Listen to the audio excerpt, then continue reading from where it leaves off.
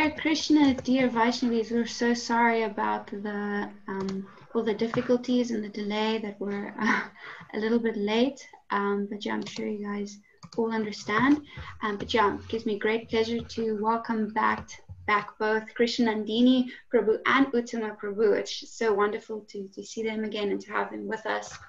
So for those who don't know them, I'll just give you guys another introduction to them. So Mother Krsnanandinin is a senior disciple of Srila Prabhupada who raised a wonderful family along with her loving husband Tariq Salim Ziyad, an Orthodox Muslim. They serve as a shining example of a successful interfaith marriage. She took Prabhupada's personal order to help to create good families to heart. Together with her husband, she ran the Dazi Family Institute.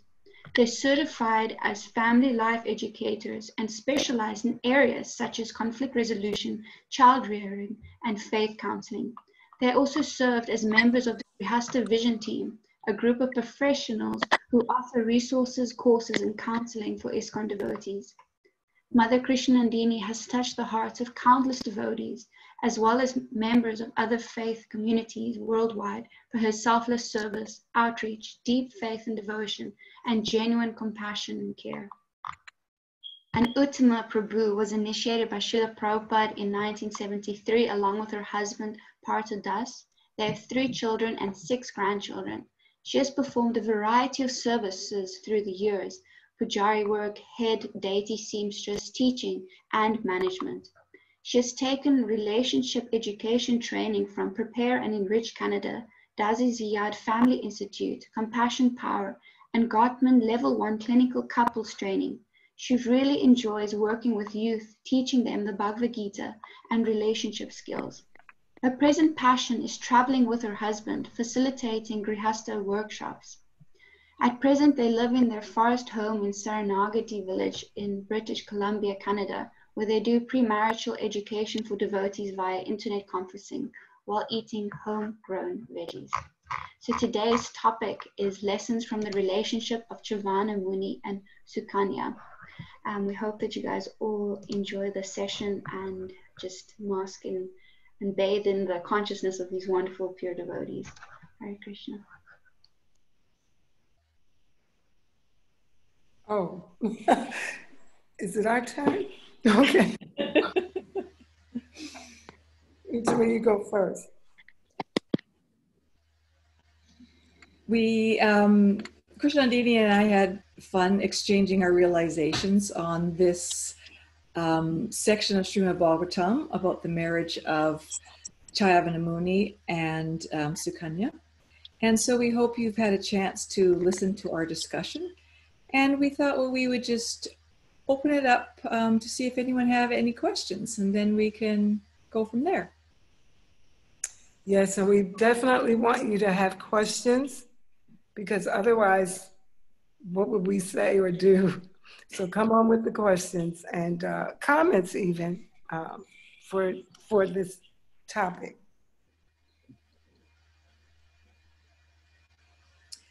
So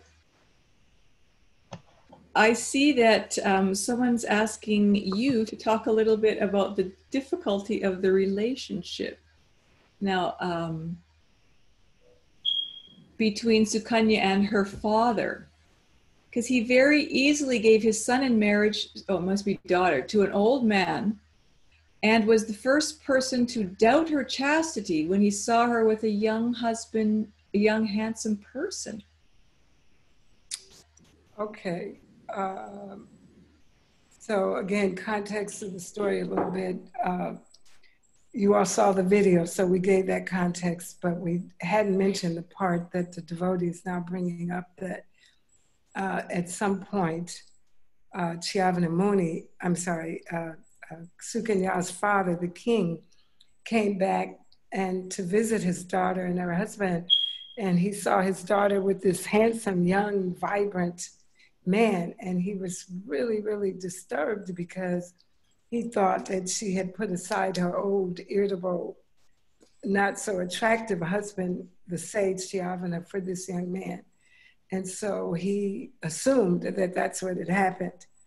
But then his daughter, of course, I think Cyavana Muni spoke up and said, well, no, the daughter, that this is my husband. He has just transformed himself. So that's an interesting question, because my understanding of the relationship between Sukanya and her father was a very sweet one, actually. The fact that he would take his daughter hunting just because she asked was a pretty interesting thought. That means that they had sort of a relationship where they were open, and he appreciated her association and her request, the fact that he took her, because, one father might say, oh, no, daughter, hunting is for men and you stay home. But I'm just making an assumption that they had a pretty good relationship. And then, again, we talked about having a sense of the culture of the time. And you will remember that the culture of the time was that there was no divorce, especially amongst the higher classes. Divorce was unheard of. And so once you got married, you were committed to that marriage, and everyone expected on all sides for you to stay. So when the dad comes and he sees it started with this young man, he's disturbed. And the question could be raised, why would he just jump to that assumption? But again, remembering the culture, his daughter wouldn't be with another man alone in that time. So we don't have a context for that, because, women today, they're with men alone all the time. And it doesn't necessarily indicate something negative or bad. But again, you have to understand the culture. So here he comes upon his daughter, and she's with this young man, and her husband's nowhere to be found. So he does make that assumption. And again, it's the context that we have to look at. It's a lot to learn from these past times. And I'm actually very glad that question was asked, because, Prabhupada gave the Bhagavatam as the law books for the next 10,000 years. So I am sure there's so much to be unpacked and understood as we study it more and more deeply, so many layers of understanding. And I think, as Uttama so nicely brought out in the video that we did, that we should always look at these stories to find out what message that the Lord is trying to indicate to us. So there could be some lessons about making assumptions. There can be some lessons about trust. All of these things are there, but also, again, keeping the thing in context. Also, remember that when Sukanya was challenged by her father like that, she didn't get upset with him. She didn't say, well, oh, Dad, why don't you believe me? And why would you make that assumption? She just explained the truth. We should learn from that. So again, I want to stop there, because I'd like Uttama to add a little more to it. I'm very much agreeing with you that he was just shocked to see that his daughter wouldn't be with her husband. And we can see, though, that he didn't just like huff off and in a fit and, condemn his daughter, but he took the time to listen to her. And he found out that it actually was her husband, etc. So I think it shows that he was actually a pretty loving father. They would take the time to listen and hear her point of view. And I believe it's just what you're saying, that it is an expectation that we try the best in our relationships to make it through the marriage, even when there's difficult times, and even when we have a cranky partner. And sometimes we're the cranky partner, so we hope that someone else, our partner, is going to have the the commitment and the dedication and the love to bear with us, because we all have our trying times in relationships. Okay. Tara, do you want to bring anything else forward? Hare Krishna, yes. So we have another coming from Facebook. Wow, that's a very difficult relationship to understand in the 21st century. Certainly, it's difficult for me to see and appreciate the moral of that story. Looking forward to understand the feminine and illuminated perspective from such wise Vaishnavis. Perhaps you guys can comment on that. Uttama, did you want to say something? Otherwise, I would say a little something. Well, I think that comment was before they watched the video. So we definitely hope that you got some understandings from watching our previous video. Go ahead, Krsnanandinin. Okay. So, you know, Prabhupada often said, how would people recognize a devotee? And his response often was, I mean, he didn't often say, people would ask that question. And Prabhupada's answer was that a devotee would be a perfect gentleman or a perfect gentle lady. And because this is Kali Yuga, because we have so many examples of not gentleman behavior or lady behavior, in fact, it's kind of rare that you see the behavior that would be the kind that Prabhupada wanted us to have. So these stories, these pastimes, they are tips, techniques, indications of how a first-class devotee or a serious devotee or someone who's trying to please God with their life would do in a relationship. And he wanted us to unpack these stories. He wanted us to talk about them. He wanted us to see how they apply to our lives. And he wanted us to get the principles. There are principles in these stories that are eternal, no matter if they did happen thousands of years ago. The principle, for example, of commitment in marriage. You know, the principle, for example, of respect for your elders. These are principles that no matter what time or era we live in, they should be honored, especially if we're endeavoring in the spiritual life. And it's difficult because, you know, this may not be the common behavior in the society. So that's why these stories are very important, and talking about these stories are very important, and see how they relate to us is very important. I was very much encouraged to see the reciprocation between Cyavana Muni and his wife. Like, even though it seems that at times he had a hard time reciprocating because he was grouchy and in pain, but it didn't go unnoticed to him. Maybe that was kind of his personality, but internally you can see that he did appreciate her behavior. And so at the first opportunity, he tried to make some adjustment. So we got a newer body so it wouldn't be in pain and he wouldn't be so cranky and he could reciprocate.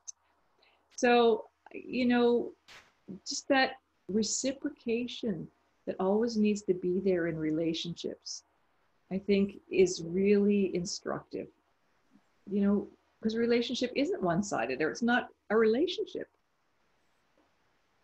And also, Uttama, very good point, the fact that, you know, you and I have been doing this work for a long time, working with couples and families, and we know that one person in a relationship sometimes can make a difference.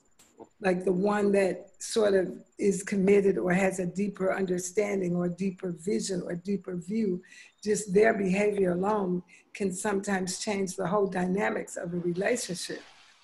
And so, because you're right, because Sukanya did what she should do, then that prompted her husband to really feel compassion for her and wanting her to have happiness in her life and reciprocate. And I think there's a story of Srila Prabhupada's sister, and I know this is kind of extreme, and I hope I'm not opening a can of worms saying it, but Pishima, I think initially she was married to an alcoholic, a drunkard, and he was not a very nice man. And she went to her brother, Srila Prabhupada, and he told her that, you know, just do her service, do her duty. And eventually the husband came around and actually really appreciated Pishima and really reciprocated, you know. So it shows that there is some empowerment in understanding these deeper techniques and tools as a woman. Maybe not all of us can do it, having grown up in this crazy culture, and maybe not all of us need or should do it, depending on the circumstances. But it's good to understand what can empower us to bring out the best in others. And not to be too impatient. Yes. just like there's that study that couples that are on the brink of divorce, if they carry on, try to get skills, get help, and then you fast forward 10 years later, they're very often happy. So sometimes we're just not patient enough to wait until the, effect of our actions is able to be seen. Yes, very good point. Very good point. And how many times have we worked with couples that did, get a divorce, and they said, if I knew then what I knew now, I would have worked this out. Because, certain lessons that they had to experience, they had to do it over again, Tara, I think there's a nice question on faith there. Would you like to read that one? Yes, sure. How do we develop the faith to accept that the way in which our partner treats us is part of our karma, which we should tolerate? And how do we know when we should just tolerate and when we should try to address our partner's behavior, which we find challenging?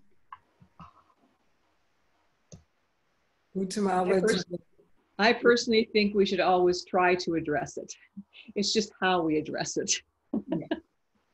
Because we might be right, but our delivery might suck. So, I think we have to learn the art of nicely bringing things up at the right time, starting with our worries, starting with our I statements, starting with our difficulties, and seeing if the person's, open to discussing it.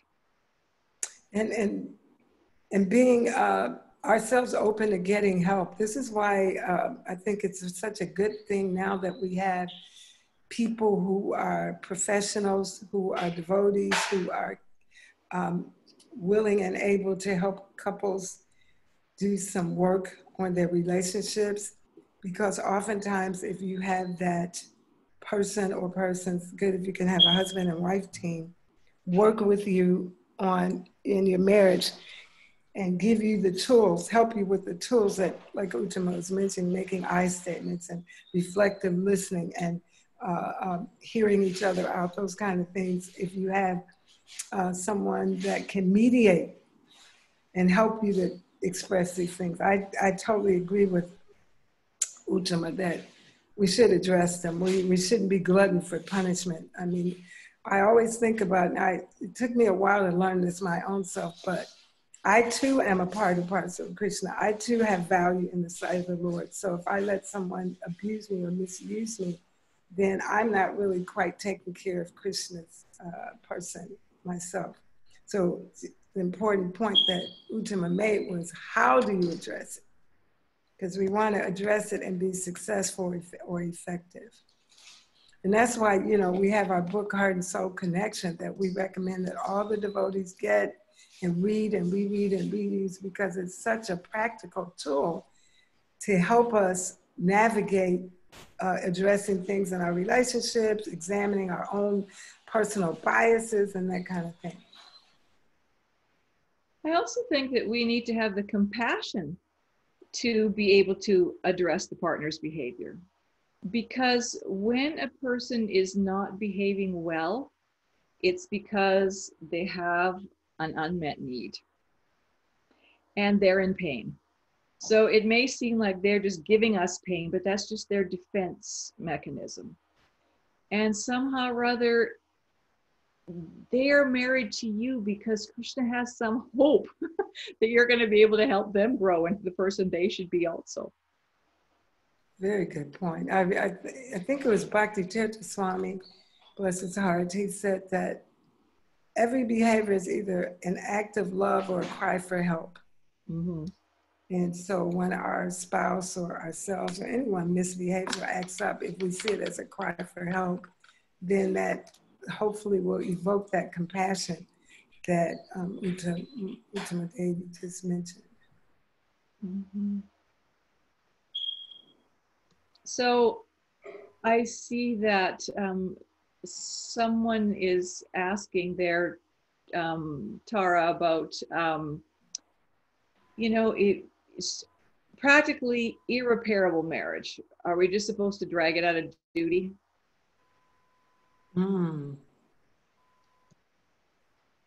And when you say irreparable, that is a relative term sometimes.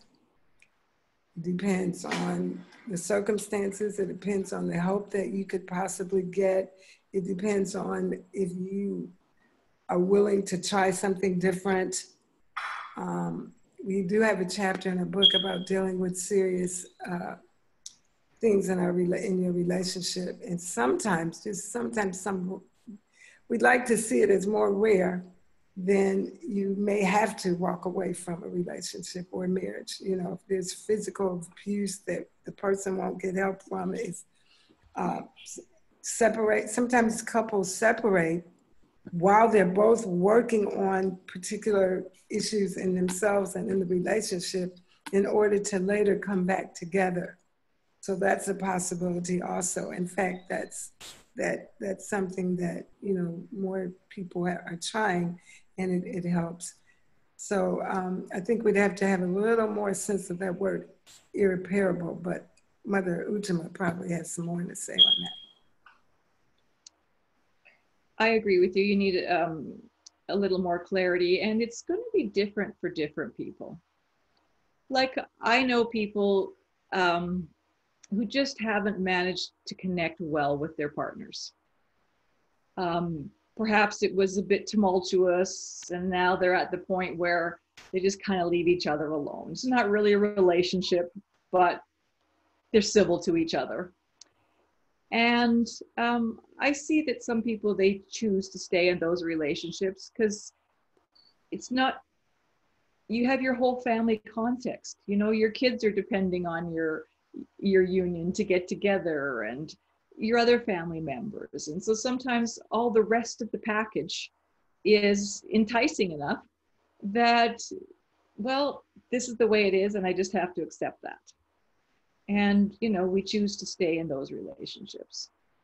And other times, maybe it just really is too difficult. It's eroding our sense of self.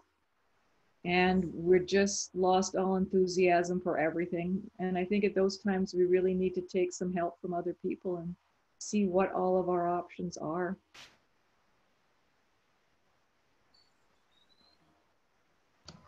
Oh, we have another, a nice comment here. Perhaps you guys can comment on it. It says, we live a very consumeristic society in which we learn very easily to buy, discard, and replace items. I feel this consumeristic attitude also creeped into our attitude towards relationships. Thus, when a relationship is challenging, we leave it. Yes, disposable marriages. In fact, in the secular community, a lot of people say, well, we'll marry, and then when we no longer meet each other's needs, then we can divorce. I mean, they go into already with that kind of thing. But for us who want to have grihasta marriages and not grihamedi marriages, for us who want to offer our marriages as part of our service to Krishna, to Guru, then we owe it to Krishna, to Guru, to ourselves, to have vibrant, healthy marriages and to be committed to that. And sometimes we have to get help to make those marriages vibrant and healthy. But the main thing is, if we could, before we get married, get as much help as possible. Get premarital education from serious, trained counselors, therapists, educators. Get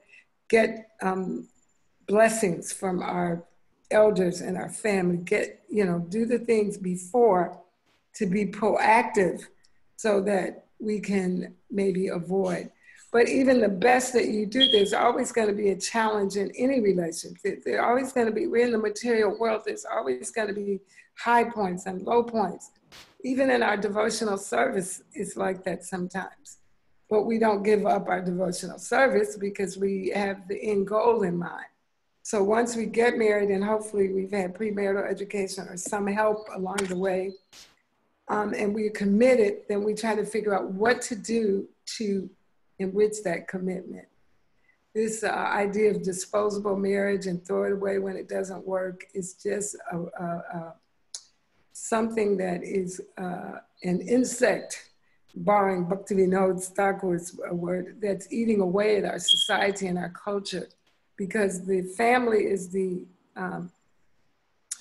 microcosm of the larger community. So when families are dysfunctional and they don't work and they're not healthy, you can just know that that's going to be the whole picture for the whole society. So we have to invest in strengthening our relationships and our marriages and helping one another to do that. And we have an advantage in a way if we're saying that we want to be servants of the Lord or we want to be devotees. We have an advantage because we already have a commitment to following certain principles, like being truthful and compassionate. So then we just have to figure out how to do that in our relationships and how to help each other do that. But yeah, that's a really good point. Part of the question was just how to learn to be more dharmic and dutiful and committed. And some of it is values that we have to ourselves imbibe and want to imbibe. So developing the attitude of just in general being more committed, you can see it's your upbringing, part of it. It doesn't mean that if you weren't brought up that way, you can't cultivate it. You know, Srila Prabhupada always emphasized living by our values. So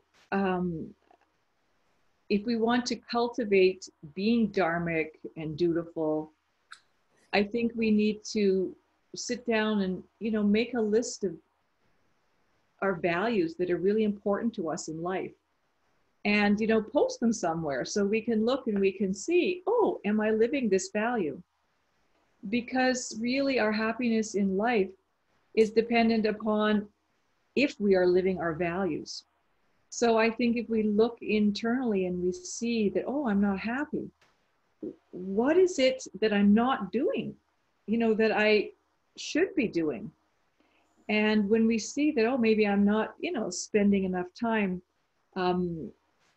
cultivating my family relationships. Maybe I'm not reaching out and, you know, helping my kids. I'm just, when they're grown up and they need a little bit of help, you know, if I have family values, am I living, you know, the values that I claim to have?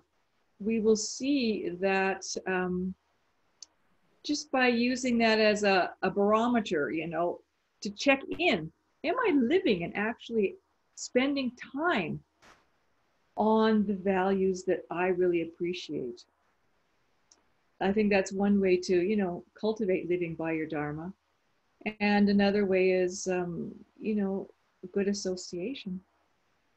People who are living mode of goodness values.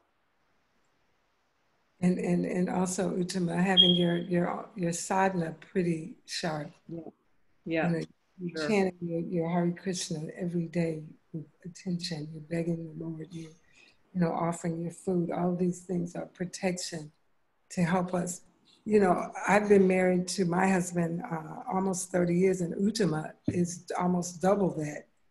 I've been divorced before, and I could truly say that even in this marriage, I could have said, okay, let's get a divorce. I mean, that you know, somebody wrote an article about us in a book, and they said, by face value, this couple has a lot of reasons not to be together. Speaking of me and my husband, and they were right.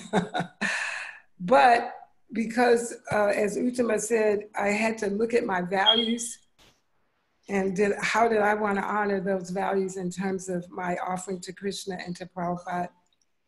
And, you know, kind of look at myself, you know, what kind of servant am I to my husband? And not so much deal about what he's doing and not doing. I don't mean like if he was physically abusing me, not deal with that. But I'm saying I started paying a lot more attention to how I was serving in the marriage than what I expected him to do. And that has really, really saved me in the marriage and given me a pretty good relationship with my husband, who's a decent man himself, you know. And he have done similar kind of inventory of himself like that. So here we are almost 30 years later, both of us having been divorced before, but because we made a commitment to honor our values And then we like each other, we're friends, you know, and there has been days when we didn't like each other as much. But we didn't give up, you know, and so we have some pretty good times and memories because of that. Hare Krishna. So we have another question from Facebook. So firstly, they thank you so much for being here, for sharing your wisdom. And then they ask, what should the trigger points that we should be aware of between being the person in the relationship that does the deep work and the abuse? It's a little bit of a vague question, but what I'm understanding is to be able to understand what is abuse, or to be able to manage our triggers. I'm not quite sure. I guess we could talk on both or either one. Yeah, on both. You know, managing triggers is very interesting, and it's something that needs to be done personally. So when we say triggers, trigger usually refers to a reaction that doesn't equal the present situation. It's being amplified by remembering or even subconsciously being triggered to associate with something negative in the past. And so very often we overreact to something because of a trigger. And triggers, we need to learn how to recognize when we're triggered. One of the ways to recognize, or one of the ways to help yourself evaluate a trigger, is to train yourself that when you're overreacting, to try to come to the present and notice something in your body. Like, are your hands sweaty? Is your heart racing? Does my stomach feel in knots? Because that brings you to the present. You know, you're not just somewhere, some trigger from the past that you can't figure out and why you're reacting. And then you can start to, you know, maybe name your emotion. Oh, I'm feeling unloved, or I'm feeling neglected, or I'm feeling like you don't care, or whatever the situation is, left out. Then you can see, with this emotion, what could I do to make it better? What's something I could do? You know, could I reach out in some way? Could I ask a question? Could I make a request? It helps you slow it down so that we can actually respond to the present situation. Because it's hard to relate to another person when we're actually relating to something else in the past.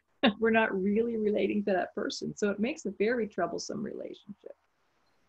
And if we have a partner who's very easily triggered, we need to have that conversation on, we are just not going to have a conversation when one of us is triggered.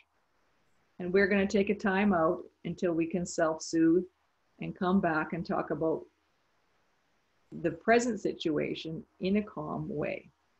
So I think learning how to deal with triggers is a personal responsibility, and it's something that you have to cultivate as a couple. Do you want to comment on that, Krsnanandinin? Yeah, I think this story is pretty relevant. My husband and I went to a Smart Marriages conference years ago. And my husband went to this workshop, and I went to another one. And he came back and he told me a story that really had left a very strong impression on him, and I'm sure everybody else in the workshop. But it was a husband and wife couple that was doing the workshop, and they told the story of how they had been married and they had a tumultuous kind of marriage, and they almost were about to get a divorce. And well, I don't know if they were about to get a divorce, but they were on shaky ground. And he related a story that one day his wife had cooked something, and she asked his opinion. And he said, it was okay. She said, okay, was it good? And then she just kept pressing and pressing. He said, well, could have used a little more salt or something. And then she said, I knew it wasn't good. You should have said that in the first place. And it just escalated in this big argument. And finally the husband said, you know what, I'm gonna take a walk. And as he opened the door, she ran and stood in front of the door and said, "No, you're not going to take a walk." And she literally held onto his legs and started crying. And he just stopped, and they just stopped. He said, "Okay, what's going on? This is something bigger than all of that." And they sat down and they talked, and she realized that her father had left the family. And when he walked out the door, she was holding on his legs and said, "Daddy, don't go, Daddy, don't go." And he left and never came back. And the husband had a sort of, a mother who was sort of domineering, that always kept pressing. So when his wife kept asking all these questions about how the food tasted, he just wanted to leave. So when they realized that they both had triggered some very deep, painful traumas from the past, they were able to sit down and talk about them and work it out and know how to address it. And that began the healing in their relationship. And I shared that story just because it's just such a obvious one that you can see that we bring a lot of baggage with us from relationships. And sometimes we don't even know why we're responding in the ways that we're responding. And I really love what Uttama said, that we have to take personal responsibility to understand our own triggers and not so much impose on the other person and work with that. And sometimes if you have an honest discussion and talk about things, you can, that those triggers will be revealed and acknowledged. So the other part of the question was, so how do we know that we just need to be the best person that we can be in the relationship and do the most we can? And when is it abuse? Yeah, that's a really good question. I think you talk a little bit about what, in one of the chapters in our book, we named some red flags, you know, like. And on our website under resources, we have domestic abuse. And if you click there, there will be quite a big article on symptoms of emotional and physical abuse. Yeah. So it's really good to read up articles or on what actions constitute abuse. Because there's emotional abuse, there's financial abuse, there's physical abuse, there's sexual abuse. And if you all really look at all those different categories, the website, VaishnavaResources.org, is a very, very good resource to identify some of those things. And when you identify something as abuse, it's not necessarily that you have to leave if the other person is really willing to get help and get work. Sometimes, again, that separation for a period of time while the help is gotten or the issue is looked at. This is a good time to have a mentor or some person that you trust that you can, consult with and ask, what's the next steps or how do you do it? Mm-hmm. Because we certainly don't insist that people stay in abusive relationships. We do not. No. So sometimes it's, hard to know when to leave and when to stay. Like maybe there isn't abuse, but it's just like I see in other questions popping up about working towards healing and nourishing ourselves personally so that we can nurture our loved ones. But if it's just not possible and just aren't having a good relationship, isn't it healthier for all concerned to separate? What do you think about that? Not necessarily, because then I don't know if you've exhausted all of the possibilities. And sometimes we look at our spouse to be the be all and end all of our needs and wants and desires. And that's why we need all kinds of relationships to be healthy. We need a spouse, we need friends, we need sisters and brothers and uncles and aunts and grandmothers. And everyone contributes to the wholeness of the family structure. And if you're looking at your spouse as the main source of everything, that's not healthy for you or them. you know, recommend, the Grihast Division, James, started doing couples retreats about, what, 8 years ago, Uttama? Yeah.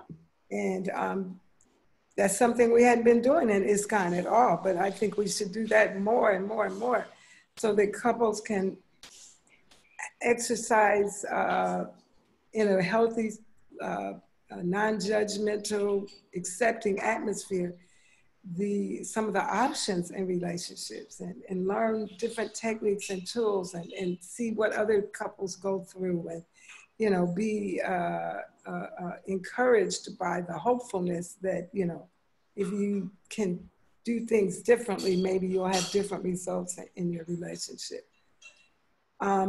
You know, I think divorce and all that should be the last resort, especially for someone who's trying to offer their life to God, but sometimes it's unavoidable.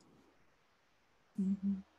Like if couples are just too conflicted and the kids just have to live amidst total chaos and constant fighting, it's not so healthy for the kids.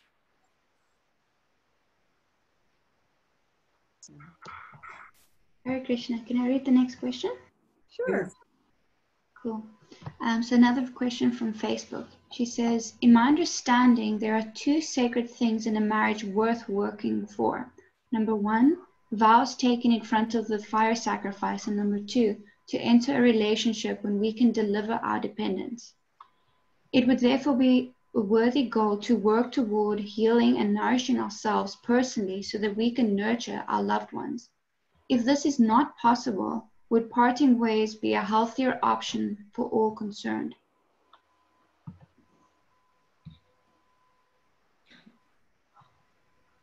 I think we talked about that a little bit in our previous answer, but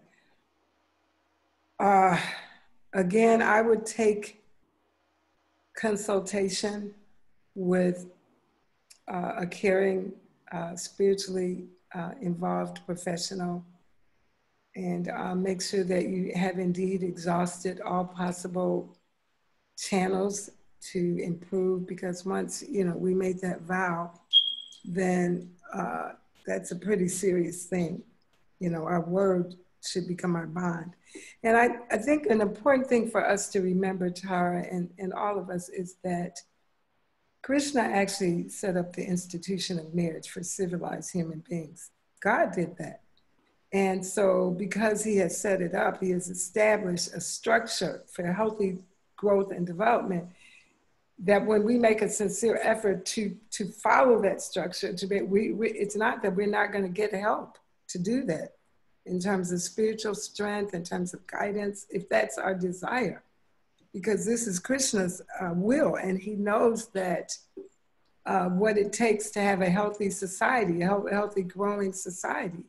So, you know, keep bearing those things in mind and exhausting all possibilities and getting help from others, I think, is very, very important before we make that final move.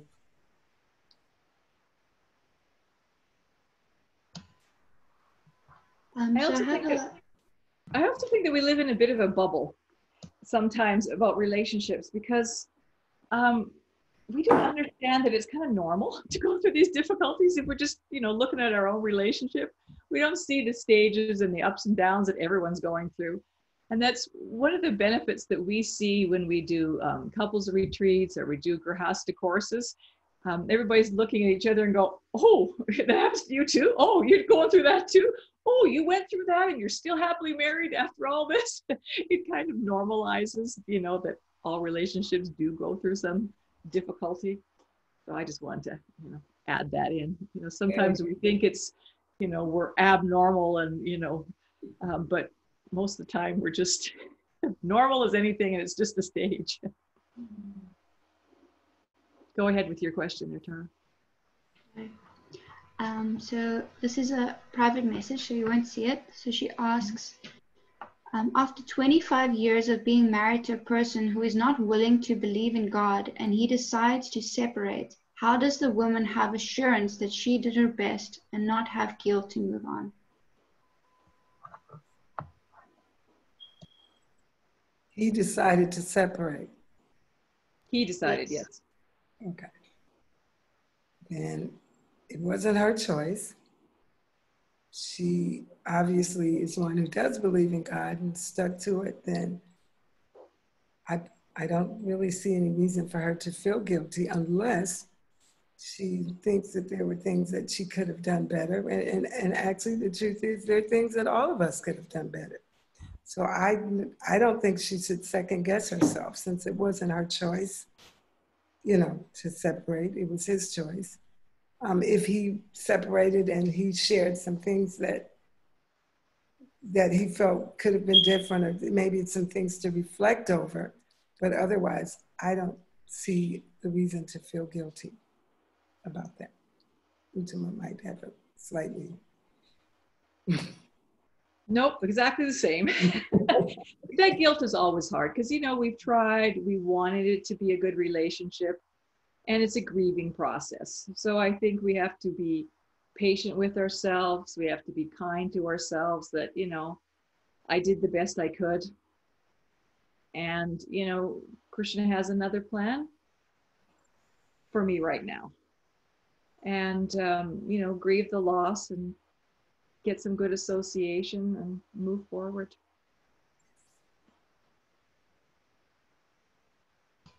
Thank you for that. I have another privately messaged question that I feel like many women in ISKCON are struggling with, and men. Is it that man is always superior to a woman in a marriage, and a woman is supposed to serve the husband regardless of all? I'll let Uttama go with that one first. I was going to say the same thing to you.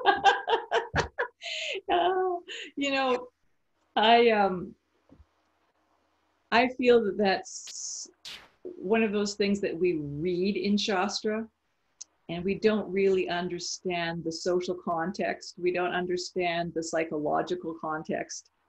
And if it's a man reading it that wants to lord it over and use Shastra in order to not have to do personal work, just say, jump and wants his wife to say how high, he might use the sloka for his own advantage. Having said that, men are endowed usually with the psychology to want to protect. And when, so in order to, I think I discussed this in we keep so many seminars, I forget which one we talk about what in. But I think when you and I were doing the Sukanya thing, we talked about this a little bit, how they really do want to protect us. And so, they need to feel that they have the facility to do that. And, when we see that men want to be in the superior position, I think it's just that internally they really need to be respected. And if we see that it's respect that they want, and we need to be respectful to everyone. So I think we should offer that respect and help them to feel like they are able to do their job of looking after us by appreciating them and requesting what we need and thanking them for when they do that. So the other part of the question was, are we just supposed to serve the husband regardless of all? So that's a pretty blanket statement. And I think that that's one of those moment-to-moment decisions that we need to make. Is it something small and it really doesn't matter and it's a big deal for him and I can go either way on that? Okay, I can go for it. If it's something that's just reoccurring, that we feel we don't have any voice in the relationship, the person isn't considering us at all, then I think it's time to gently speak up. In fact, I think this needs to start at the beginning of relationships, in that we have an expectation when we go into the relationship that we are also going to be respected, that it's mutual respect. And when a person doesn't have regard for our ability at the moment, or whether it's working for us, we need to be able to say, excuse me, but I appreciate that you need that, but I also need the respect that I can't do it at this moment, and can we negotiate? And I think we have to set those boundaries from the very beginnings of our relationship, that mutual respect needs to be there, so that we're not in this situation, 10 years down the line, because that will, help set the flavor of the relationship in the beginning. Do you want to add on to that, Krsnanandinin? Yeah, I just wanted to read what Srila Bhaktisiddhanta Saraswati wrote, because I think it's always good to have this very, very deep perspective from one of our greatest acharyas. And he said, can you just tilt your screen back down? We're just getting... Oh, okay. Is that better? Yes. Okay. I'm sorry. Okay. The cardinal principle of Grahastha Ashram is that no one may be the owner of any property or service of another. Because we all know, I'm just saying this, the owner is Krishna. Okay, I'm not going to say anything else. I'm going to read this quote. Everyone is only a servant whose activities are ever in the service of the Lord. Similarly, the sole object of everyone's service as the only master, only friend, only son, and only consort is Krishna. Marrying and giving in marriage do not give rise to any rights of a master, either to the husband or to the wife. Men and women are joined in wedlock for the purpose of serving each other in the performance of the joint service of Krishna. The wife is not an object of enjoyment of the husband, nor vice versa. They do not marry just to gratify their sexual appetites. They marry for pleasing the Lord, not for pleasing themselves. And this one is really deep, you all, to really think about. They choose for their partners only such persons who serve God better than themselves. They offer themselves to be accepted by their partners for the favor of being allowed to share in their superior service of Hari. Neither the husband nor the wife should claim the services of his or her partner on their own account.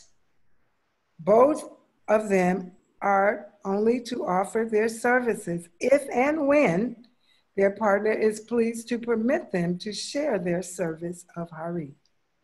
None of them can force their partners to serve them. This system of household discipline has its roots in the joint worship of the household deity by all members of the household.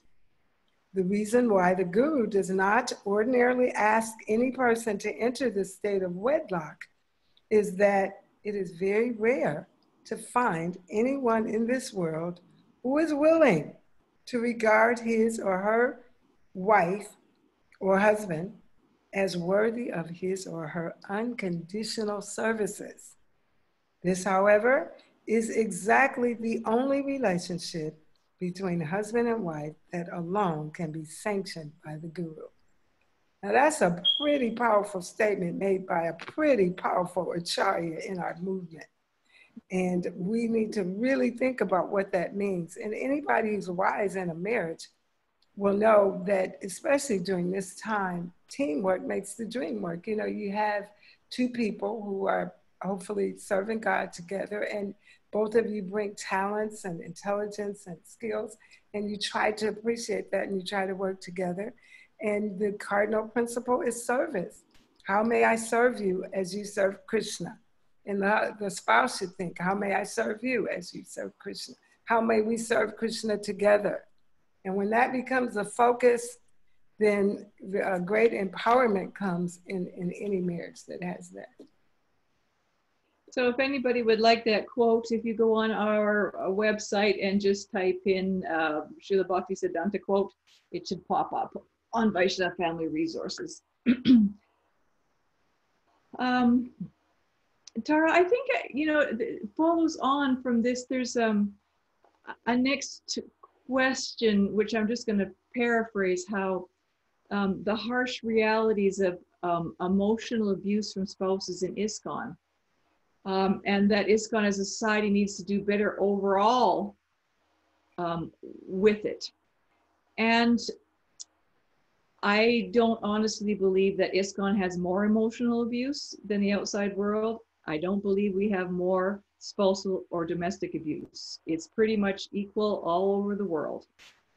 But what is a tragedy is that we utilize our scriptures to emotionally abuse others.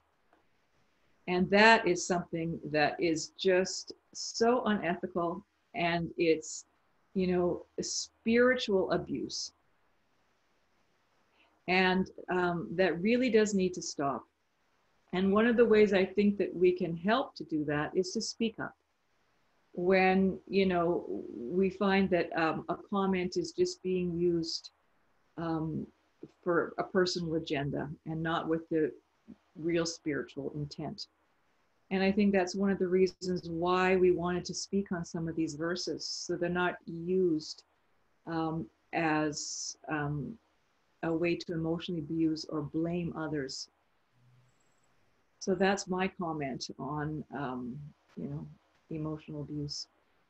Yeah, and I love that point, Uttama, because, you know, taking the scriptures to abuse people is one of the most dangerous and counterproductive things that anyone could ever do.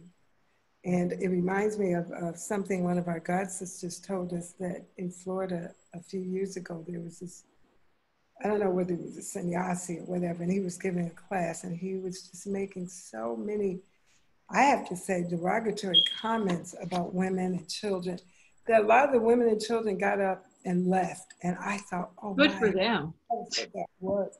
Not to sit there and hear that crazy stuff, you know. And then, of course, I think later they protested to the temple president or something. But just, you know, I'm not hearing this. This is not the way Prabhupada wanted the scripture to be shared. So, you know, it's a good point. Yeah. Yeah, for sure. Did you want to look for another question there, Tara? Or? Yeah, sure. There's a really nice one here. So it says, while Sukanya's marriage seemed to be hard and far from ideal at the beginning, it seemed that she had the faith that it was part of her destiny, and that if she played the role of dedicated wife, that ultimately the outcome would be good. As the story unfolds, her fate does change as her husband becomes youthful. These stories out of Srimad Bhagavatam may sound more like fairy tales than our lives. Thus, when we face difficulties, how do we prevent ourselves from blaming others or Krishna?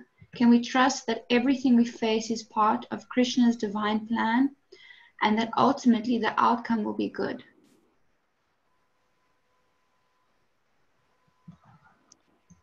Go ahead, Krsnanandinin. I would say that according to our particular desires for surrender to Krishna and our particular commitments that we've made, that everything for a sincere servant who's really honestly and not being a cheater or a hypocrite, doing the very best they can to serve Krishna, to follow the instructions of Guru, then for the most part, I would say yes, that whatever happens, we can accept as Krishna's arrangement, and just have faith that we may not see all the intricacies of whatever's going on, but because we're making our best, Prabhupada said we need two things, to be serious and sincere, and then that would work. But yes, some of these leelas or pastimes in Bhagavatam may seem like fairy tales, but also as the example I gave about Pishima, Prabhupada's sister, that was a real life story, and there have been others. And maybe all, you know, marriages won't end up like that, but I think the part that comes very loud and clear for us is that I do my duty. What did Krishna tell Arjuna? He said, fight for the sake of fighting without being attached to the results. And so Arjuna fought and he did his duty. And so the results were up to Krishna. So in that light, in that consciousness, if we act, then also similar to us, that we'll leave the results to Krishna. And what I found in marriage and life, raising children, living in the world, even though it's been, you know, quite difficulty sometimes, then it's been a process of refinement for me. Like, you know, what they say, when you make a diamond, you have to put it under so much pressure. And, you know, becomes very clear that, you know, all this pressure is going to shine, make this really wonderful diamond. And so the challenges in our lives that we face with a Krishna conscious mood and attitude will certainly give us more spiritual strength and more insight and help us to be able to manage whatever Krishna arranges in our life. But now, as we spoke, we don't recommend anybody take abuse and say, oh, that's just Krishna's arrangement. And that's why it's good to consult with other elders and people you trust, because, you know, you should address those issues. And commitment is a very, it's not a Kali Yuga quality, actually. You know, people, as soon as it's not working for them, they give it up. You know, we heard that Prabhupada, somebody said, well, I can't chant 16 rounds. And Prabhupada said, well, you made a vow, you committed. So like Prabhupada, you know, that commitment was everything.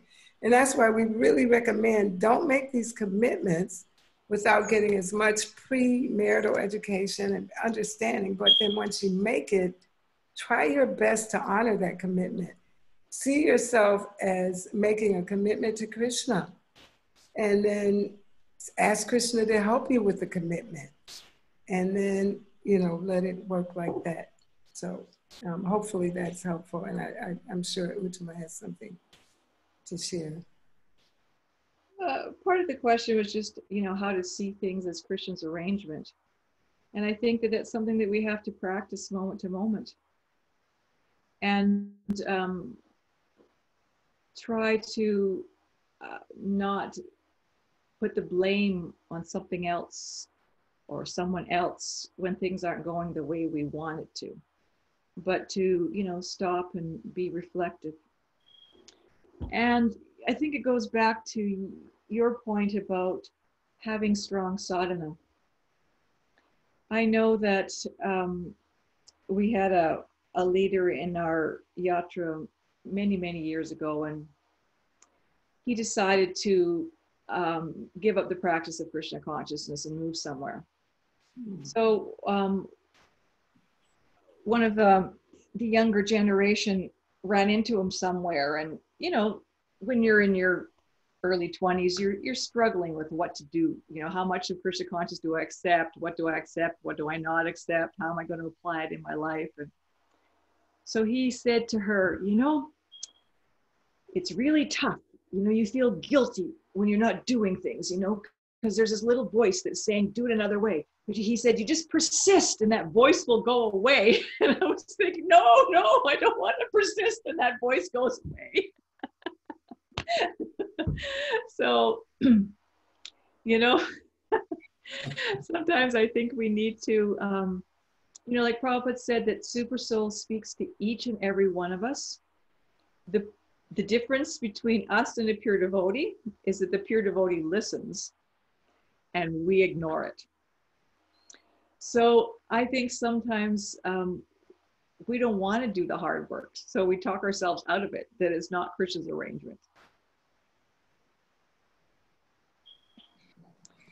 So go ahead, Tara. I was done. Can I ask a follow-up question on what you guys are discussing? So you guys are speaking about the sense of desire, and obviously we're all in this material world because we desire to enjoy separately from Krishna. So if we're like referring to someone with low self-esteem, then perhaps subconsciously they desire to still have that, and therefore they could attract either emotionally abusive partner, or if they're in a relationship, they kind of just reflect their own psychology onto the other person. So therefore they view that person as always being out to get them or not understanding them.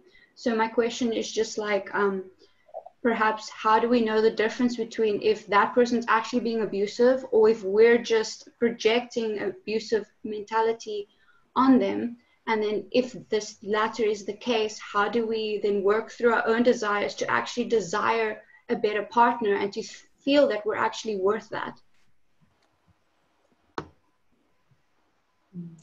So I'm understanding that a big part of the question is on working on our own low self-esteem that may be present and may be sabotaging our productive vision. We probably all have some degree of faulty self-esteem because the material world programs that into us.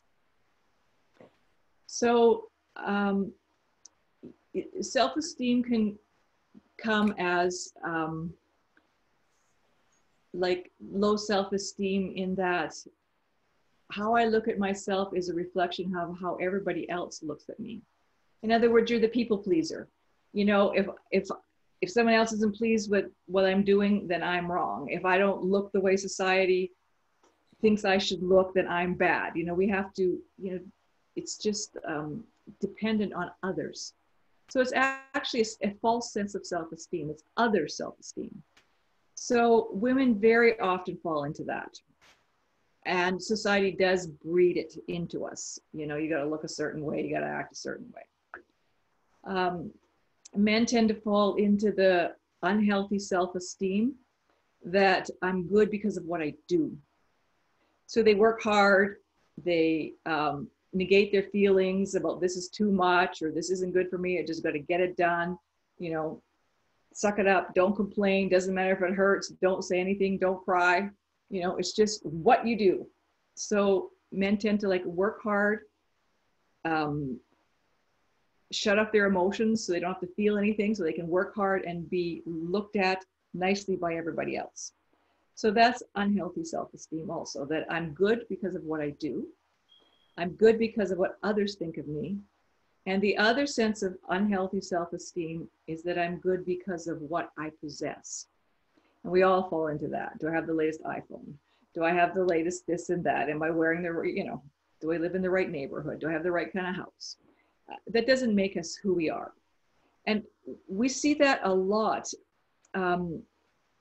nowadays in arranged marriages. I run into so many girls that they're petrified that their mother is just looking for a man who drives the right car and who has the right job, has the right possessions, and that's who they're going to marry them to, not just the personality match. So our society is kind of like fosters these false sense of self-esteem. But we have to understand that true self-esteem is that I am the eternal servant of Krishna. I am part and parcel of him, and I am good because Krishna has made me good. And we are all worthy of respect. And so really trying to understand what is healthy self-esteem is a big part of being able to function properly in this world. And we all need to look and see if we have healthy self-esteem. Otherwise, we are going to go into our relationships with unreasonable expectations that can never be fulfilled. Would you like to add to that, Krsnanandinin? No, I think that was so well stated. I don't have anything more to say. Thank you so much for your answer. Here's a question here in response to a previous answer you gave. How should we respond when men in ISKCON make degrading comments about women and quote Shastra to support it? What do you want to do with them, Krsnanandinin? Krishna. You know, we're at a good moment in our history of ISKCON because I think we're at a time now when there, you know how Uttama said we should address it, that there are women and men, thank God, who are addressing the craziness that is going on in our movement to really, I think, sabotage the beautiful offering and gift that Prabhupada gave us. So it depends, you know, like I gave the example of the women walking out of the class when this person was using the scripture in a way that was not consistent with Prabhupada's values and his mood and mission. Also to call people out. You know, now more and more that things are being revealed, you know, what's done in the dark is coming to light. And I think women being a little more confident in our birthright. We have a birthright from Prabhupada to serve Krishna and help others serve Krishna. And if we are able to do that, do it. It doesn't matter what anyone says or don't say. I mean, accept your birthright. Also, I think the thing that is going to help us a lot is being compassionate even to these crazy people. These men that are consistently wanting to put women down or put us in a box or a category. Who knows what like Bhakti Chitta Swami said, the cry for help, what they went through. Some of these people had mothers who were harsh and mean, and, you know, they don't have respect for women, period. Part of God realization is self-realization. I mean, actually, that's the first step in God realization, is understanding who I am, you know. And Prabhupada, no, I just had somebody, thank you. Prabhupada gave us the perfect process. And even though there's been a lot of tests for us as women, I think this is our time to shine. Because now we can accept our freedom. We can accept the gift that Prabhupada gave us. We can pray for these people. We can acknowledge, you know, and like Uttama and I, we said that we were going to do these forums to talk about some of these controversial verses that can be misused. But always the thing that comes to my mind, that if you are really serious about serving God and loving God, there's no way that you can be a person who wants to exclude any other person from that process. There's just no way that you can do that. You'll figure out, how can I include? So that's always a sign for people. And, you know, I think there are a lot more forums now for women to speak out. There are a lot more things that ladies can do. And one of the things that I found that's interesting is that this paradigm of putting women in these certain categories, we do it too as women. Some of us ladies do that to other ladies. We have a special reverence and appreciation if someone does something and they're a sannyasi or they're in a man's body, but there are other women who may be, you know, equally qualified, and we don't offer them that same respect. So we have to look at ourselves as in these women's bodies. How do we kind of perpetuate some of the things that are going on too? How do we treat other women who are trying to serve or do that? How do we look at them? Do we, you know, are we clear about what that actually means when we say, I am not the body? Are we clear what that means?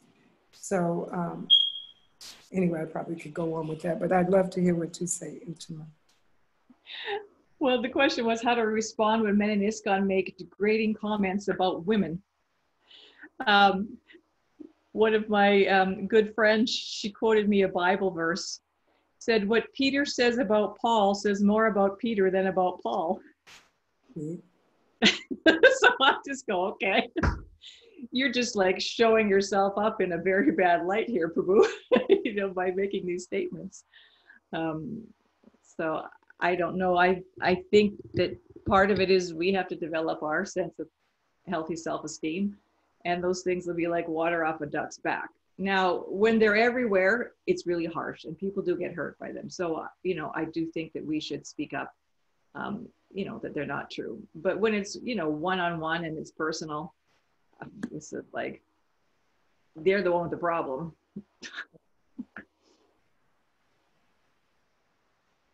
All right, we probably we spoken long enough, I would think.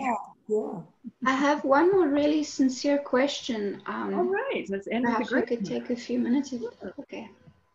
So the devotee asks, or she says, while choosing a partner, should we choose a good balance of bhakti, financial security, professional, and love, or focus more on financial security and freedom to do bhakti? I always find it challenging when it comes to this. Also, within devotees, how do we find the right balance and interest in service and practical life living? Where do we find such wonderful devotees who would support me in bhakti? Let me be happy and make things easier for me to do more service to my family and Krishna. Well, Uttama, why don't you take that? Because I got a little distracted. And so if you could sort of paraphrase her question, that might help. She's saying how to make our choices when we're going to get married. Do we look for something with financial security? Are we only looking for bhakti? Or are we looking for like a mix? And I think we're looking for a well-balanced person. And, you know, we do want a person who's sincerely dedicated to the practice of bhakti. And just because they also have financial goals doesn't mean that they're not sincerely dedicated to the practice of bhakti. So I think we have to look at how the other person's view of balance ties in with our view of balance. And we aren't going to get a person who's just going to provide us with the ideal circumstances. There's going to be tons of money and I can serve however I like and I can go to Parikram whenever I want. And they're going to be supporting all of my, you know, spiritual aspirations and goals. And, you know, for that, we have to go back home, back to Godhead. In this life, we're both working at it. So we want to pick somebody who's nicely balanced in all of those. And for sure, we want to see that someone has a strong heart for bhakti, because that will help weather the storms. Because how much financial gain we have is there by the grace of the Lord. And it might be there today and it might be gone tomorrow. You know, COVID's taken away many people's businesses, the circumstances. You know, they can try as hard as they like, but Krishna has another plan. So I think that we've all found that the people who are very sincere about their bhakti, they're able to weather the storms much better that inevitably come. So I think we're looking for a good, healthy balance, realizing that when we start in a marriage, we don't have unrealistic expectations that we're going to have everything our mother and our grandmother have. That takes time to get there. So we have to have healthy expectations. Would you like to add to that? Yeah, just that sometimes one of the exercises we do with couples is we'll ask, these are before they get married, what are some of the qualities you think you might like in a spouse? And really go kind of deeply in your heart to kind of examine. I mean, is it important that they're truthful, that they have a sense of humor, that they are able to have a balanced view of life, that they respect elders? Just be as honest as you can and write down the qualities that you like in a spouse. And so it's a really good exercise, because later we ask, now you go by those qualities and check out which ones you have. Are you truthful? Do you have a sense of humor? And it's a very nice exercise to do for yourself, because then it makes you kind of, I think, have a more realistic view. Like what you're asking of your spouse, do you also have that? Are you bringing that to the table? You want someone to help you be in a position to serve Krishna. Are you going to be that person that helps that other person serve Krishna? You know, you want to think like that. So I'd like to thank you all for your wonderful questions. That's really helped us to, you know, churn the difficult topics. Yes, very enlivening. Thank you so much to our two wonderful speakers for firstly tolerating us and our tardiness on this session. We sincerely apologize, but yeah, thank you so much for just continuing and answering such wonderful questions, and yeah, just for your energy and your association. We appreciate you dearly, and thank you so much to everyone who's joined us here. You know, this whole session wouldn't be possible without all these wonderful Vaishnavis sincerely trying. So thank you so much. And Tara, we have a request of our audience that if you can think of any verses in the Bhagavatam in particular that you think are somewhat controversial or difficult, and you'd like to have some discussion about that, send it to us and we'll consider, you know, reviewing that. And Uttama, what's the best way for them to send it? I don't know. Let's ask Tara. Okay, Tara. Oh, you could do them on our Grass Division Team Facebook page. You could put them there. Yeah, put them there. That's the perfect place. And if you get any, Tara, you can forward them on to us. Yes. Sure, I will do. Very good. So thank you all very much. And thank you, Tara, for being such a great host. Thank you. Hare Krishna.